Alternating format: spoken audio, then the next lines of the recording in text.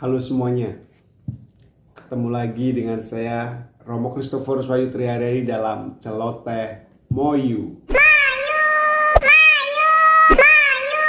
Woi,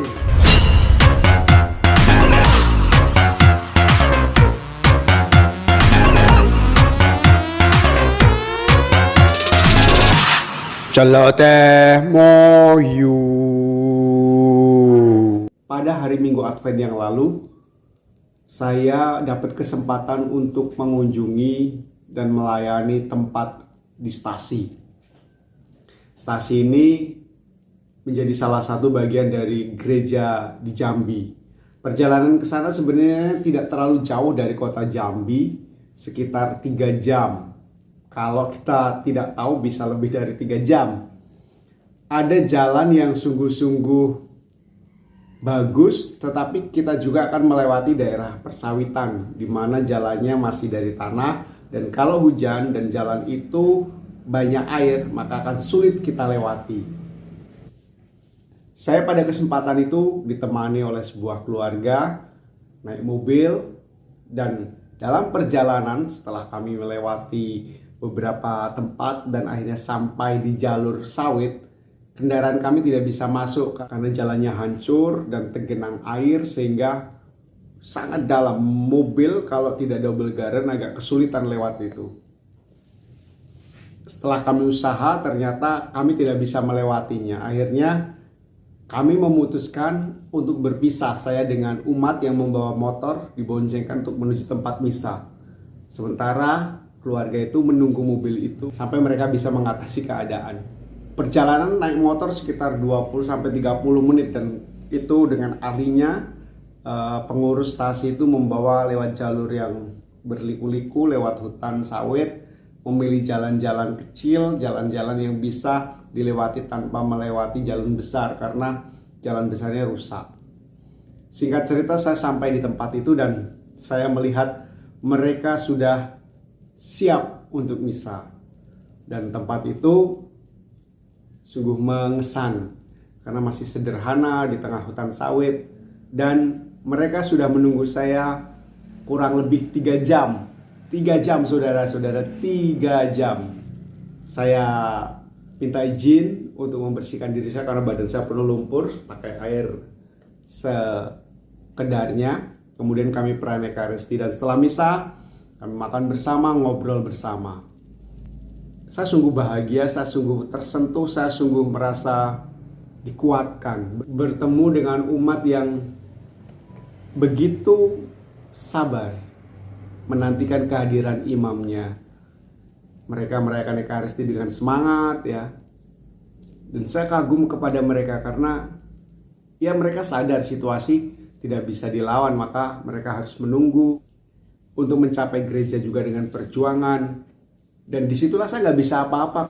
Ketika petugas kor menanyakan, gimana Romo lagunya ini. Saya bilang, apa yang kalian siapkan nyanyikan saja. Saya berpikir bagaimana mungkin saya akan melarang ini, melarang itu. Ya, mereka sudah bersusah payah sampai di gereja saja. Sudah sebuah perjuangan ya. Apa yang mereka siapkan, saya membayangkan tempat ini nggak mungkin ada latihan kor karena umatnya terpisah di mana-mana. Gak bisa kita menuntut ini itu, karena untuk melakukan itu tidaklah mudah. Maka saya bilang, silakan apa yang sudah kalian siapkan buatlah. Dan disitulah berhadapan dengan situasi, akhirnya kasih, pengertian, kesabaran, dan juga iman bertumbuh.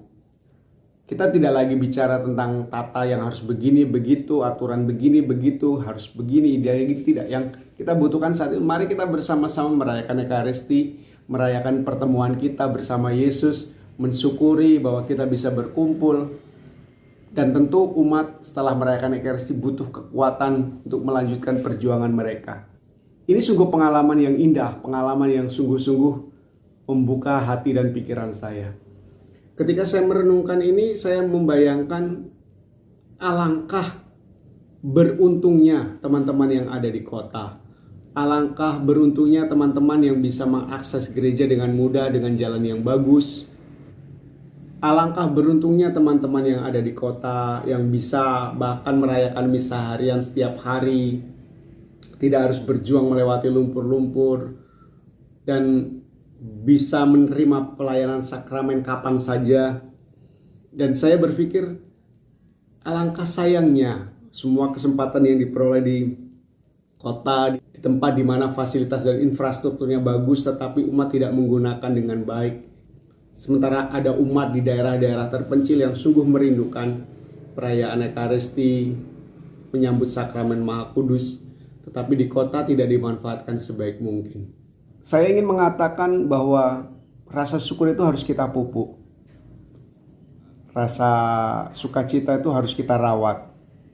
Dan kita tahu banyak saudara-saudari kita untuk bertemu dengan Tuhan dalam perayaan Ekaristi begitu tidak mudahnya.